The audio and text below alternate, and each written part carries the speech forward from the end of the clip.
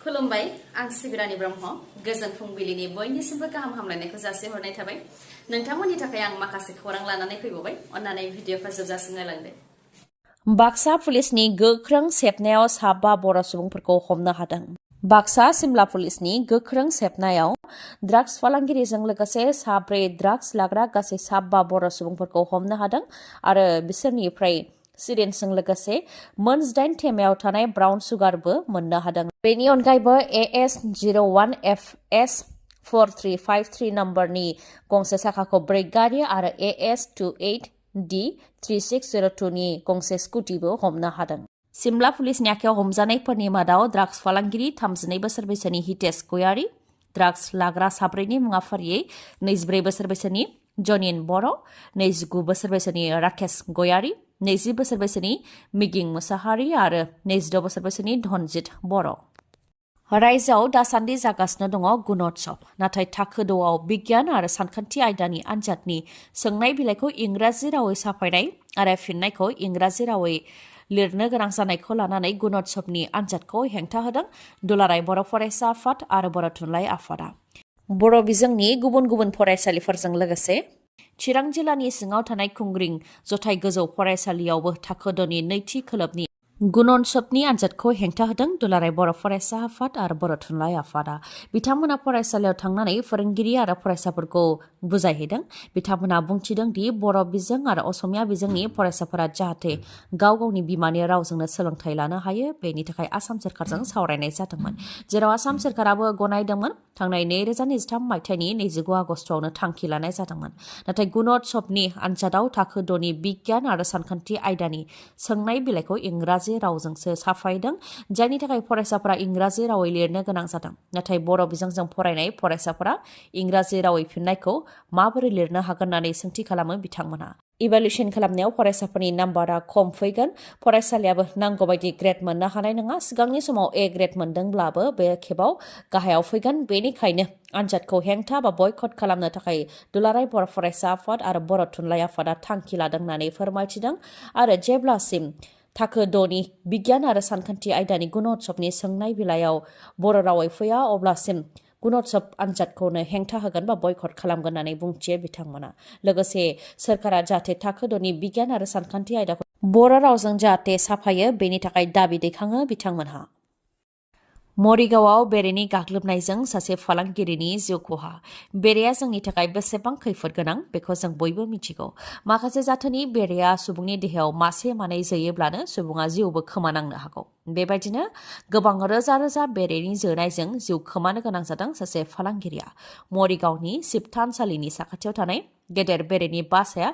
सुबुंफोरखौ हाराहास्ति खालामदों हाथाय बाजाराव थांनाय फरायसालियाव थांनाय फरायसाफोर आरो बायदि खामानिनिफ्राय लामाजों थांलाय फैलाय जानाय सुबुंफोरा गिनो गोनां जादों बेबायदिनो गोबां समाव गोबां सुबुंफोरनि सायाव गाग्लोबनानै सुबुंफोरखौ हाराहास्ति खालामदों आरो जोखोम खालामबोदों बेरेया नाथाय बे खेबाव रोजा रोजा बेरेफोरा फालांगियारि दीपक नन्दीनि सायाव गाग्लोबदों जायखौ नुनानै रावबो मदद खालामहैनोबो बा बेरेखौ होखानायनि खामानि मावहैनोबो गोहो मोनाखै फारसेथिं रोजा रोजा बेरेजों गाग्लोबजानायनि उनाव जिउ खोमानो गोनां जादों दीपक नन्दीया आरो गुबुन सासेया गस्ला खुनानै खारनायाव बेरेजों जोजादोंब्लाबो जिउ रैखा मोननो हादों जाथाय जानायनि उनाव रायजो राजाफ्रा पुलिसखौ लेंहरदों आरो बेरेखौ होखारनायनि खामानिखौ मावनो थाखाय जिल्ला प्रशासननिसिम बुंथिदों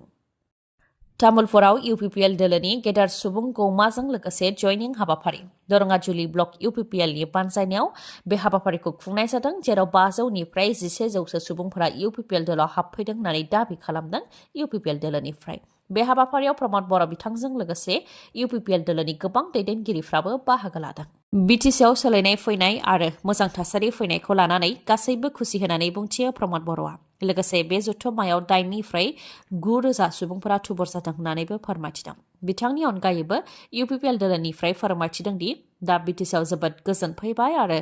जोबोद जौगानाय फैबाय फाग्ला दालां मोननो हाबाय तामुलपुरा जिल्ला जाबाय सिगांनि समाव मुसलपुर जिल्लासोमोन आरो फाग्ला दैनि सायाव दालां गैयिनि थाखाय थांलाय फैलाय जानायाव दैज्लां बोथोराव जोबोद जेंना मोननो गोनां जायोमोन होननानै बुंथिदों फोरमायथिनो गोनांदि गुणोत्सवआव थाखो 2नि सानखान्थि आरो बिगियान आयदाखौ इंराजि रावै सोंनाय बिलाइ सेबखांनायनि सायाव खौरांगिरिनि सोंथियाव प्रमद बर' बिथाङा फिननाय होदों दि बेनि सायाव आसामनि गिबि मन्त्रि डक्टर हेमन्त बिश्व शर्मा आरो आसामनि सोलोंथाइ बिफाननि मन्त्रि डक्टर रनज पेगु बिथांजों सावरायनाय जादोंमोन,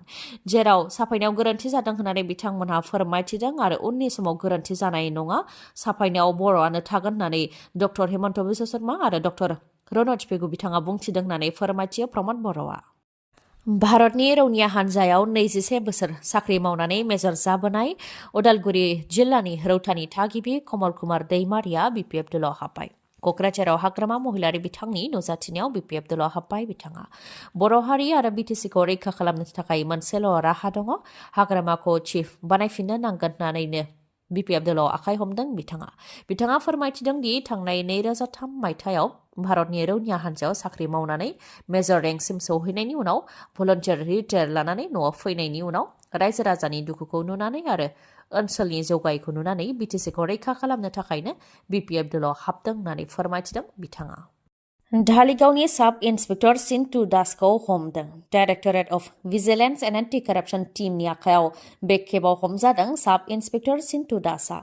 चिरां जिल्लानि सिङाव थानाय धालिगाव टाउन आउटपस्टनि साब इन्सपेक्टरमोन सिन्टु दासआ। हमनाय गारिखौ उदां खालामनानै हरनायनि मुङाव 10,000 रां दाबि खालामदोंमोन। बे रांखौ लाफुबाय थानाय समावनो directorate of vigilance and anti कराप्सन टीमनि आखायाव हमजादों सिन्टु दासआ। जों मिथिगौ आरो खोनानो मोनगासिनो दं, रां जाख्ल'नाय सोरखारि मावख'गिरिफोरनि हेंथा राहा लानाया जाबोगासिनो दं।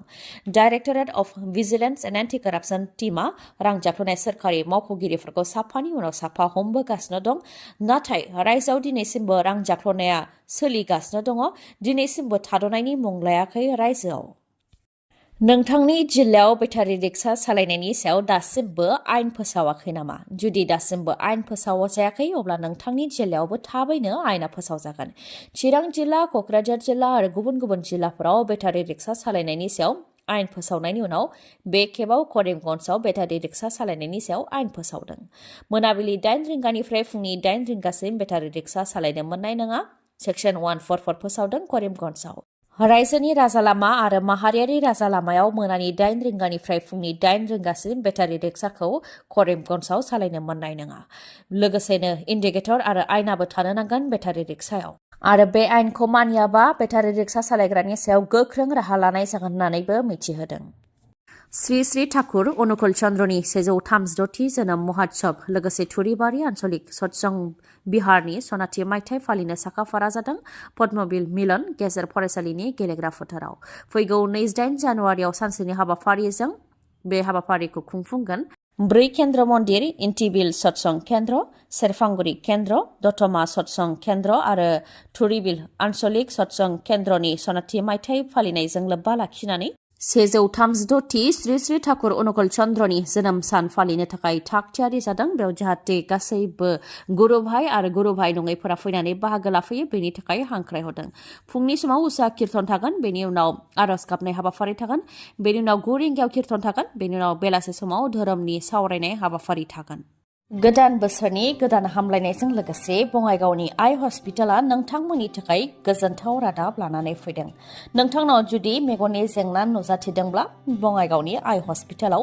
बेसेन नाङालासे मेगन आनजाद नायनो हांख्रायहरदों। फैगौ 5 जानुवारिनिफ्राय 22 जानुवारिनि गेजेराव नोंथांमोनहा बेसेन नाङालासे